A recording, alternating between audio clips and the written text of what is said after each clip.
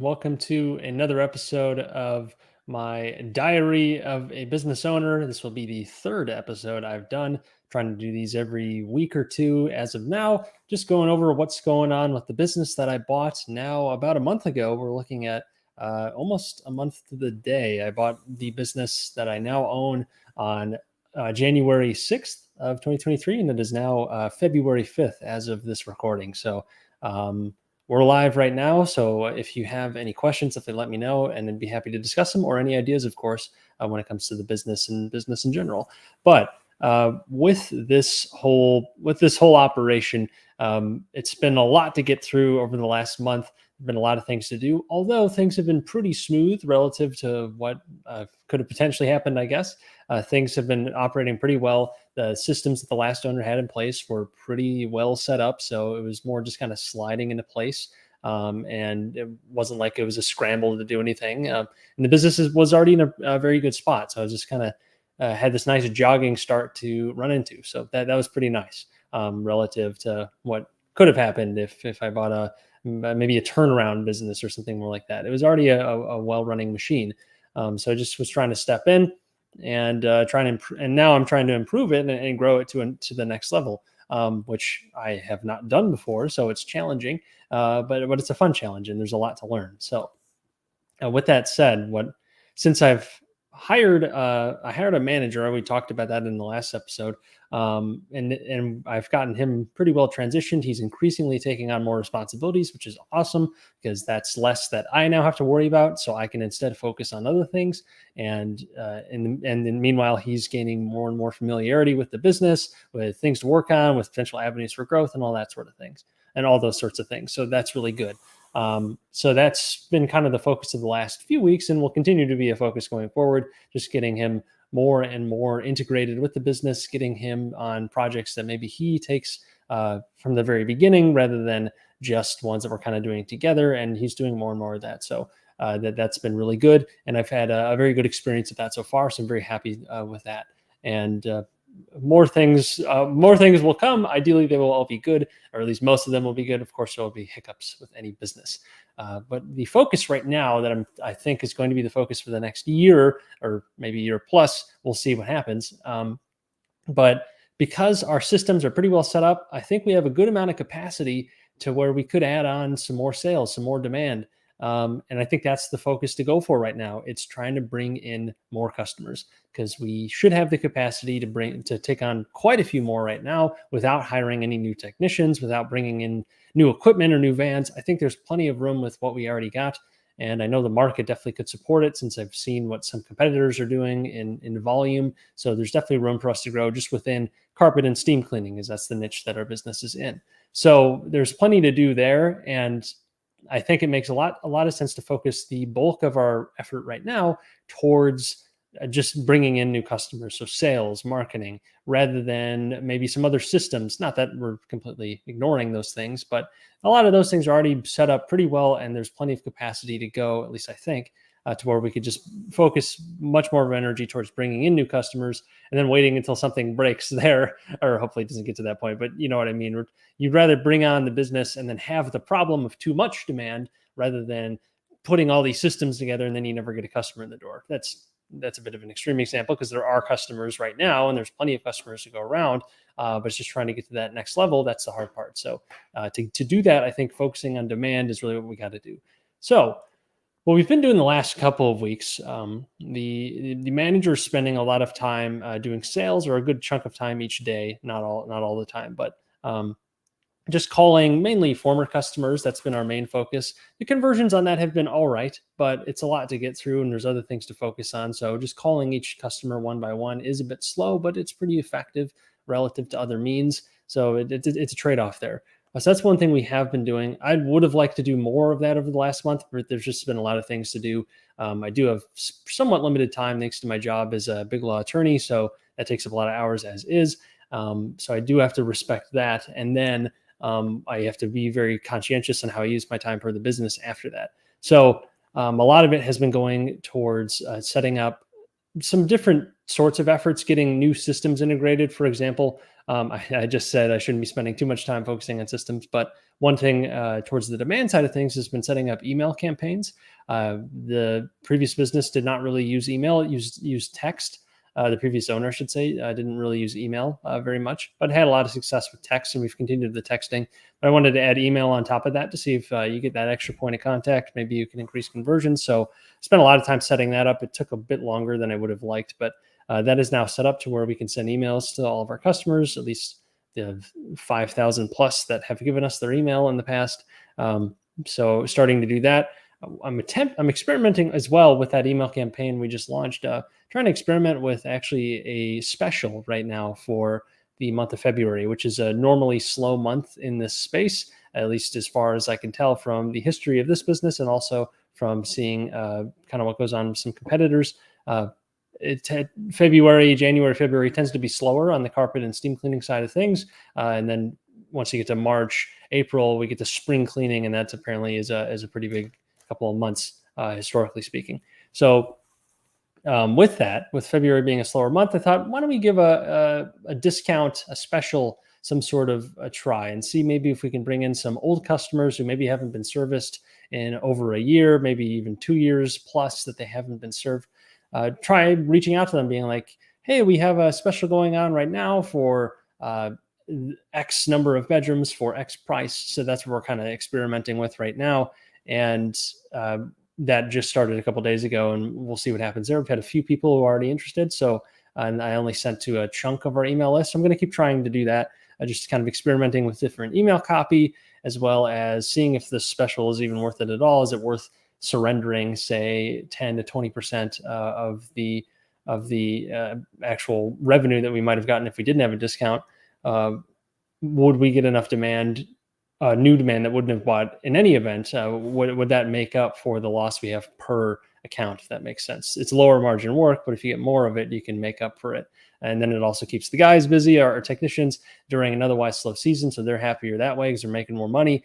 We get more customers back into the pipeline potentially. So it should be a win-win in an otherwise slow season. It's not like we have, it's not like we're maxed out right now, and doing a discount would just overwhelm things. I don't think that would be the case. So that's why we're trying to do that. So I'm experimenting with that. I want to be careful running too many discounts because I think you tend to attract we'll just say not very desirable type of customer. You know, the person who might spend all of their time trying to hound you to get an extra $5 off, and it's just not worth it for really anyone involved. So that is a bit of a concern in the back of my head. So I don't want to be just, oh yeah, you get a discount here, you get a discount here. You want the discounts to be meaningful, to where you're not just doing them every week. Then it doesn't make any sense. Trying to create some urgency, some authentic, real urgency, rather than just what a lot of retailers do, where they just have a sale all the time. So just trying to do that for this slow season when a lot of people aren't necessarily going to do it. I'm kind of pitching it as like a early bird spring cleaning special. We'll see if that gets any traction. If not the end of the world. It's worth a try. Not a lot lost by trying.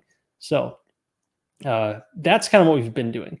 Now, moving forward, what I think I want to do is bring on an actual salesperson, a dedicated salesperson. Whether this is a temporary position or a full-time permanent position, not too sure yet. At the very least, something like a summer sales program or spring or summer for, I would picture something like a college student probably working it. Someone who just needs a job for the summer, potentially can make some good money, give them a commission on every job that ends up getting serviced. That's kind of what I'm thinking right now. So I did put up a job listing, and we'll see what happens. Got at least one application already. I haven't checked in a few hours, but that just went up and already getting some applications, I guess. And if I can get someone who's fully dedicated to sales, that could help double down on this effort, potentially bring in some new customers, get someone knocking on doors, handing out flyers, door hangers, those sorts of things, calling up commercial clients, property managers. There's lots of people that we could potentially reach out to. And really, at this point, given our size, pretty much any effort is a positive effort in that you can kind of flail your arms around and you'll end up making some progress, as long as it's not just catastrophic, of course. But pretty much all effort is positive at this point. And I don't think it makes sense to worry too much about hyper optimizing things because, 5% savings isn't that much versus, okay, let's say you could do one thing. You can be more methodical, bring on 5% higher margins in everything you're doing. Or you could bring on lower margin work, but you get 10 to 20% more business, or whatever the numbers you want to use there. So that's kind of the trade-off. I think right now it makes a lot more sense to focus on just bringing in more business, even if it might be a bit lower margin, even if cost might be a bit higher. We're not going crazy, of course, still keeping things cash flow positive at all times as much as we can. So, but that's kind of what I'm thinking there. Just really focusing, doubling down on trying to bring in demand rather than trying to hyper optimize a couple percentage points here and there, because it's not worth the mental effort. It's not worth the time and energy versus just using that same time and energy towards trying to bring in new people into the door, getting them in the system, because we know we have. We know we have good fulfillment. We have very, very good reviews consistently. We do a good job with the actual main product. So it's just getting people into that ecosystem. That's the hard part. And that's always the hard part in business. It's getting people in. And then once you fulfill it, that's great. I guess fulfillment's a hard part in business too, but we have that down. That was a big reason I bought the business, is the fulfillment side of things was clearly run quite well. And the whole business was run well from a small business perspective. But if we want to make this a bigger business, there's things we got to do. And I'm not even talking about a mega corporation or anything like that, but just, what is the path to doubling or tripling the business? When I bought the business, it had about $300,000 per year in sales for the past few years. So what would it take to get to $600,000 or $900,000 in sales? I'd imagine you have to bring on probably a full-time salesperson at some point who would be just focusing on sales, whether it be recurring business, whether it be new business. Just having someone in there to work just on sales. You probably have some office assistants at some point, which we don't really have. We have a call center office assistant sort of service that we use right now, and that works really well for our level. But if we're going to get up to $600,000 and $900,000 plus $1,000 in sales, we're going to want a dedicated office person rather than a shared kind of calling center. And they do a nice job. I've mentioned it on previous episodes, but looking forward, you'd want probably a bit more of a personal touch on things. And also that would help with costs as well, relative to, kind of a per minute, per hour cost. It'd be cheaper once you had enough demand to just have someone full-time in your own office rather than paying per minute at a call center or something like that. Plus the quality should be a bit better because it's someone totally personal to the business, or totally integrated with the business, I should say. So kind of when you look ahead and then work backwards, I think it makes sense to focus more on sales right now. Try and work some of that out. Maybe there's a lot I can learn with how to hire salespeople, what incentives work, what commissions work, what the actual conversion rates are for someone who's newer to the business, and then also compared to what it is once they start getting experienced and acclimated with things. What can we really expect from a new salesperson? There's a lot to learn there, because this business hasn't really had dedicated salespeople before. It's really just been relying entirely on ads and then referrals as well. And that's gotten us pretty far. So we'll continue that, but trying to get that extra effort now where we have someone totally dedicated to sales. And if we can align the incentives properly, giving a commission on each job and trying to set things up pretty well to allow them to have success, giving them good materials, giving them some direction on where to go, unless they're very experienced and already know where to go. But I kind of doubt that for something like this. But we'll see. We'll see what applications roll in. Again, I was kind of picturing kind of a student internship sort of thing, maybe as being the first one. But maybe we get someone who's full time right off the bat, and it goes well, and then there you go. Don't even have to worry about it. Then they can run the summer program. They can be the head of sales, but without getting ahead of myself too much, just trying to bring in a salesperson. We'll see what candidates we get. If we get some good ones, that'll be ideally a nice little catalyst for the business. And if we can increase sales that way, especially on the commercial side of things, which tends to be higher margin work and often more recurring, that would be really fantastic and would be a nice way to level up the business a good bit. And yeah, that's kind of what I'm working on right now. I see some comments here. I got a comment from Brian here. How many employees do you have now? Right now, since hiring the manager, we have 3 full-time employees. So 2 technicians, 1, the general manager, and then myself, if I count as an employee. I'm helping where I can, not on the fulfillment side really, because the technicians got that down. I want to let them do their thing. And then I'm trying to find ways to build out the team more and grow the business. Just wherever I can be useful, I'm trying to put myself, or I should say, wherever I can be most useful. because there's always something to do, which is good. It's a blessing and a curse. There's always something you can work on, so you can be productive in a lot of ways. But then there's also a lot of challenges to get through, and it can be kind of overwhelming. Where do you actually optimize? Trying not to get too caught up on that. So yes, that to answer the question, we got 3 full-time employees.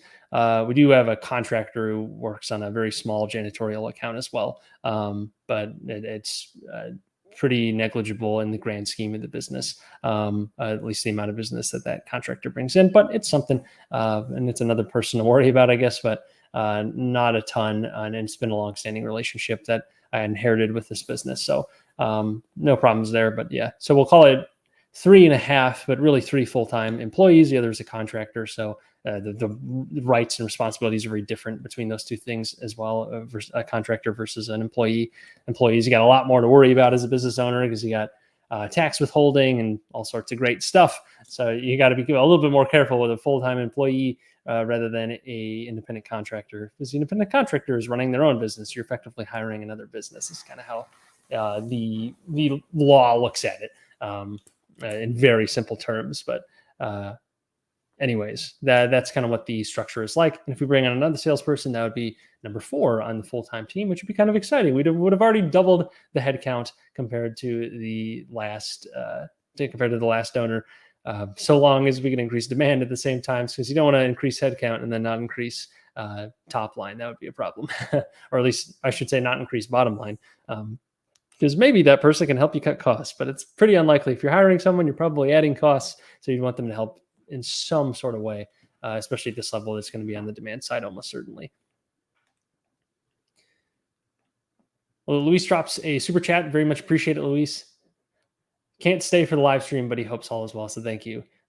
Luis being a fan of the Punch Card Investing show as well that I do on the weekly with a couple other guys on YouTube. Go check out Punch Card Investing if you're at all interested in stock investing. We talk about the small business investing a bit as well. And since I've started this little venture, little compared to big gigantic investors, but big in the scope of my financial life. This venture. So go check that out, Punch Card Investing. So yeah, that was the main update I wanted to share today. We're focusing on demand. I'm curious how quickly we'll be able to hire a salesperson, and it should be a positive step, so long as we get someone who's not horrible, and we would try our best not to. But I think there could be a lot of progress made if you get someone just dedicated full time just to sales, someone who's calling or door knocking hundreds, thousands of doors per every couple of weeks. That could be really powerful for this sort of business. Is maybe we'll just say you get a 2% conversion rate on 1,000 people. That's 20 new accounts right there. That could be pretty significant if you do that for enough time. And you get an extra 20 people per week or per 2 weeks or whatever it is, that starts to really add up. You get some people who are recurring. So it's just kind of building that pipeline of customers, because there are plenty of people to serve in the Houston area where this business is. So just trying to tap into that, make sure that people know about who we are, take a look at our existing reputation. Look, it's really solid. So it should be a bit easier than if we were just starting out, because we already have a sort of history, a portfolio right there of work, of solid credentials, we'll say, of solid testimonials that people can trust, because it's on all sorts of platforms, Facebook, Google, and the like. You can see lots of solid reviews. That should make it a lot easier to sell versus a brand new business that has no reviews or 1 or 2 reviews, and maybe 1 or 2 of them are bad because you're just starting out. So that's a huge advantage, I think, compared to a lot of other businesses. So I want to use that as best we can. So I think having someone dedicated to sales will be really useful for that. So that was kind of it for this one. Pretty quick update. I'll be back sometime in the next couple of weeks. Maybe we'll have hired a salesperson by then. We'll see. It kind of depends on the candidates and how our job listing does and who we get. But that's kind of what's in the pipeline right now. I appreciate everyone dropping by to say hi. And until next time, we'll see you in the next one of the Diary of a Business Owner. And we'll see if it's a positive update by then. Thanks, everyone.